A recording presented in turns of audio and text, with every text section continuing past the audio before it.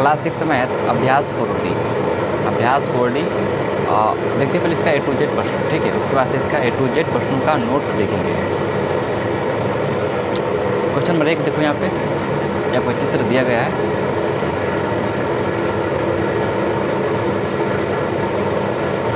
और यहाँ पर हमें क्वेश्चन पूछा गया है, उपयुक्त दंड आलेख को देखिए जो मोहित द्वारा वार्षिक परीक्षा में विभिन्न विषयों में प्राप्त किए गए अंकों को प्रदर्शित करता है। तो यहाँ पर चार प्रश्न पूछे गए हैं कि यह दंड आलेख क्या सूचना प्रदर्शित करता है। तो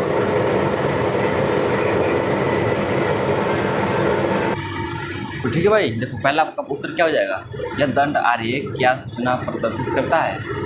तो ये क्या है, विषय आपका है, ये अंक है, तो विषयों के प्राप्त अंक, ठीक है, यही सूचना प्रदर्शित करता है। किस विषय में मोहित ने अधिकतम अंक प्राप्त किए, किस विषय में मोहित ने अधिकतम अंक प्राप्त किए, तो 80 अंक, इसमें गणित में, ठीक है ना, गणित में सबसे नंबर 1 अंक प्राप्त किए।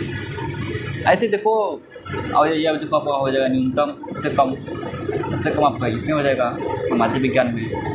और ऐसे देखो ये भी हो जाएगा कि अब प्रत्येक विषय के नाम और उन विषयों में प्राप्त किए गए अंक भी लिखिए, ठीक है।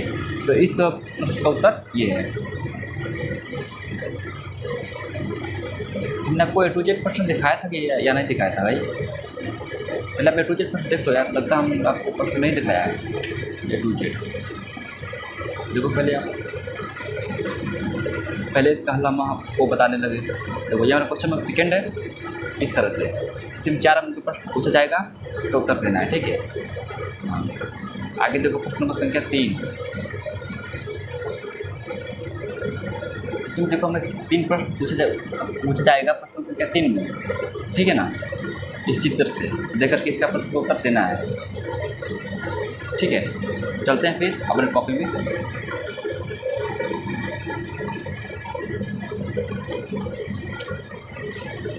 तो देखो पहला प्रश्न का उत्तर था, मैंने आपको बता ही दिया था।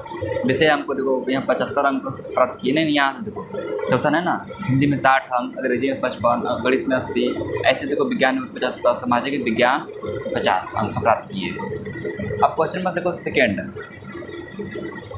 क्वेश्चन नंबर 2 का उत्तर आपका ये हो जाएगा। पहला का उत्तर आपका ये हो जाएगा, 1 सेमी बराबर 5000 टन। तो क्वेश्चन क्या पूछा गया है, इस आरेख का पैमाना क्या है, तो 1 सेमी बराबर 5000 टन है, ठीक है। जो यहाँ पे लिखा भी हुआ है, ठीक है, यहाँ पे देखो यहाँ पर लिखा भी हुआ है इसका पैमाना क्या है। किस वर्ष में गेहूँ की अधिकतम मात्रा खरीदी गई और कितनी। देखो यहाँ पे अब हमने प्रश्न संख्या डाला हुआ है, आप यहाँ से देख सकते हो, ठीक है। इन सारे प्रश्न का उत्तर यहाँ पे मिल जाएगा आपको। यहाँ पे देखो क्वेश्चन 2 का यह हो जाएगा इसका उत्तर, ठीक है। चलिए आगे देखते हैं प्रश्न संख्या 3।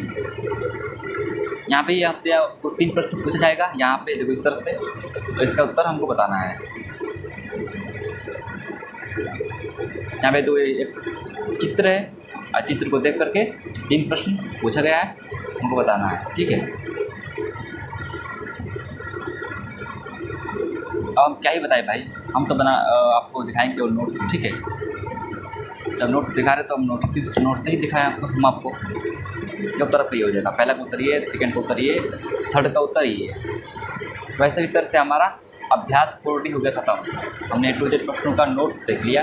अब मिलते हैं नेक्स्ट वीडियो में और चैप्टर नंबर 5 में 5A के साथ, ठीक है ना।